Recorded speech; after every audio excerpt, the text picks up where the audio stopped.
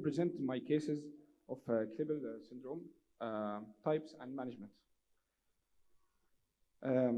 As we all know, Klebel-Towner syndrome, it's combined of venous, lymphatic, and capillary malformation, especially in a young age group, characterized by four main domains: port wine staining, varicose veins, which are mostly atypical varicose veins, capillary malformation, and bone osteodystrophy.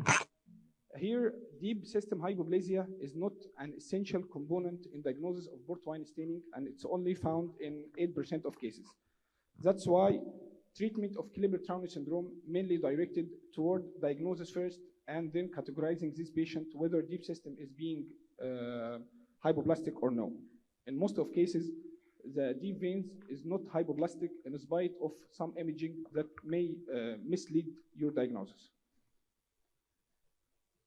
In embryology, Klebel-Towner syndrome is one of extratruncal anomalies where characterized by embryonic cells that tend to recur, and according to Schubner classification, it might go all the way up to ulceration and venous heaviness. It's not like Bark-Weber where there is no AV fistulas, and it should regress after birth. In most of cases, these embryonic veins fail to regress and cause extraaxial varicose veins and lateral embryonic vein of servelle.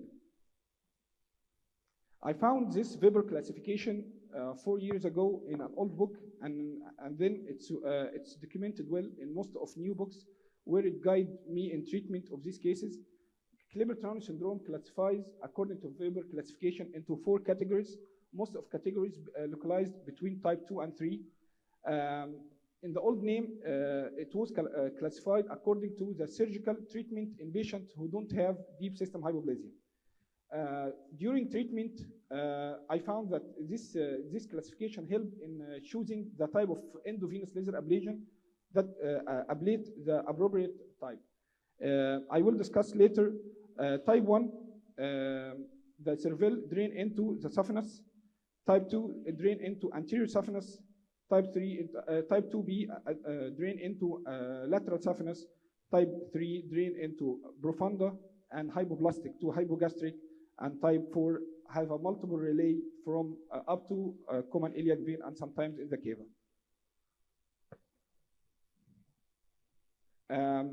In most of cases, you would, a child who have a local lymphangiectasis with port wine staining and atypical varicose veins will come to your clinic complaining of typical and atypical varicosities with lateral thigh port wine staining.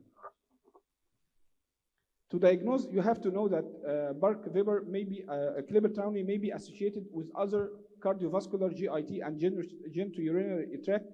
Most of all, you have to exclude any congenital heart disease, especially in common AV canal, where foam sclerotherapy would be contraindicated.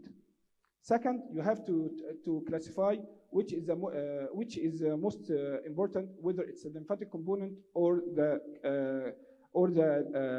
venous component. In most of cases, lymphatic component is the mainstay. Here, a cornerstone in diagnosing of this patient, modified birth test is really important in diagnosing and in examination of this patient.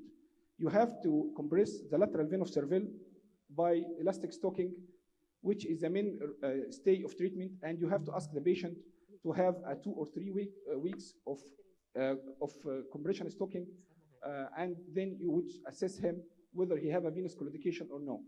In most of cases, if the patient develop a venous claudication, you would find an atretic or a hypoplastic segment. I found most of patients who have an old imaging while they were young, that they have a femoral vein hypoplasia, you would do a modified birth test, and I surprisingly found that these patients get much better. This due to the steal phenomena of the servelle vein that will steal the veins in a least resistant way up to the hypogastric, leaving saphenous. So I would do a duplex for them while compressing the servelle and without compressing, and I found some of these veins get better, and there was no decline in respiratory physicity of patients who have no iliac lesion. Here are some cases Port wine staining is an essential component, while deep system hypoplasia is not an essential component. Here, the cervelle vein is huge. The men, you should treat this child before getting into puberty, because bone overgrowth will be treated in a difficult way with orthopedic surgeons. So you should treat him before getting to adolescence. This patient would be treated by a combine of stripping, multiple step lumpectomies, and EVLA. Just 1 minute.